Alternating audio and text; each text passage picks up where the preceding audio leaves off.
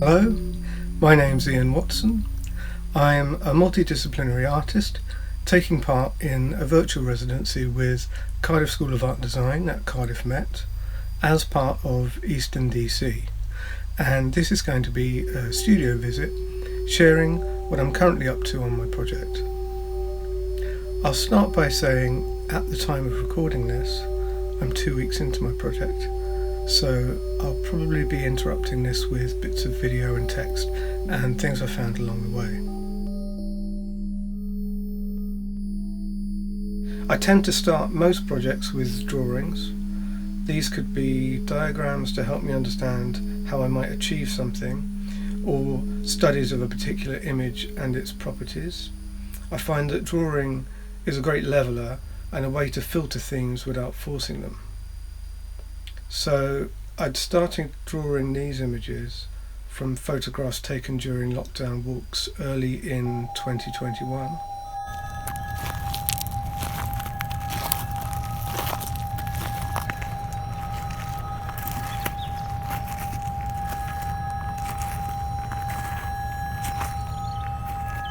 The immediate appeal to me of these bundles of leaf and plant matter bound with thread and plastic was that they had no obvious place in the landscape, yet they were forms left over from some sort of action, and somehow simultaneously reference the inhabitants of that landscape whilst being subject to it. In them, you can find evidence of humanity being there as waste products in a sort of tribute to the eventual geological scene that we're told identifies the Anthropocene, which is interesting because rather than speaking about the Anthropocene as an abstracted historical period from a future perspective, it reminds us that we're in it and that it's in our landscape, already merging and collecting to form this geological scene around us.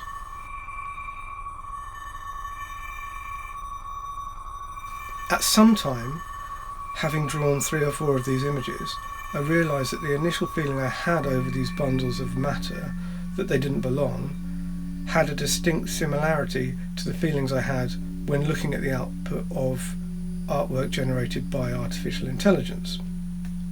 And it was apparent from the distance that the drawings provided me with from their subject matter that it was sometimes hard to tell where the organic matter and man-made materials began and ended. So I went through my Instagram feed and pulled up some stills I generated on the GAN Breeder website, and I'll add those here with a little explanation.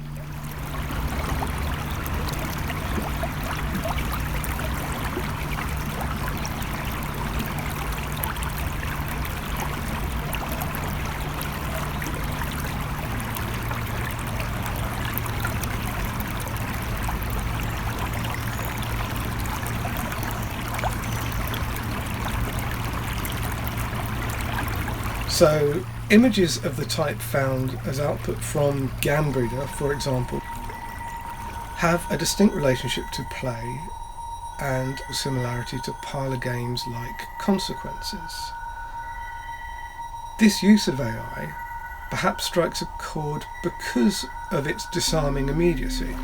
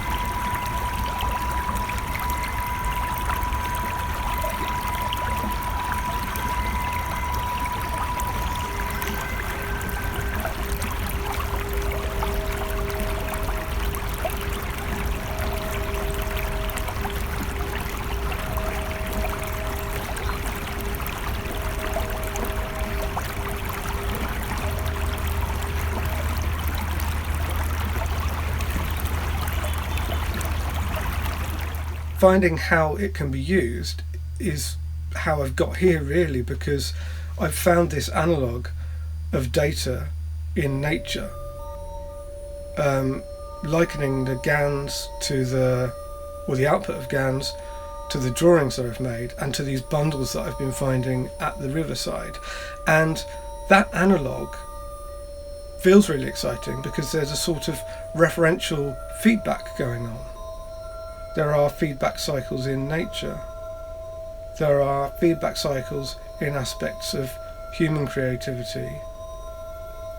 So if we're making a world based on human understanding, even if that world is a coded world based on human understanding, as exclusive and distant from human nature as it might seem through its products, it can't really shake off the influence of nature over us as humans and as the programmers.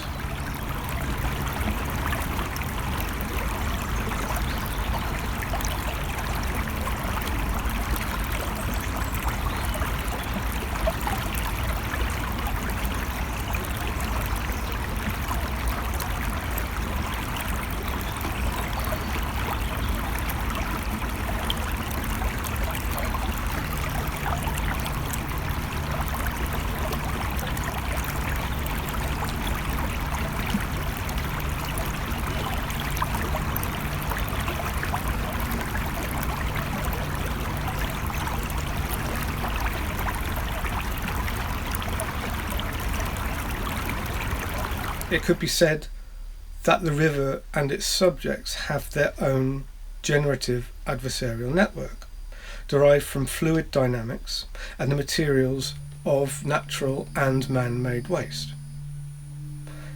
And these networks are everywhere in nature.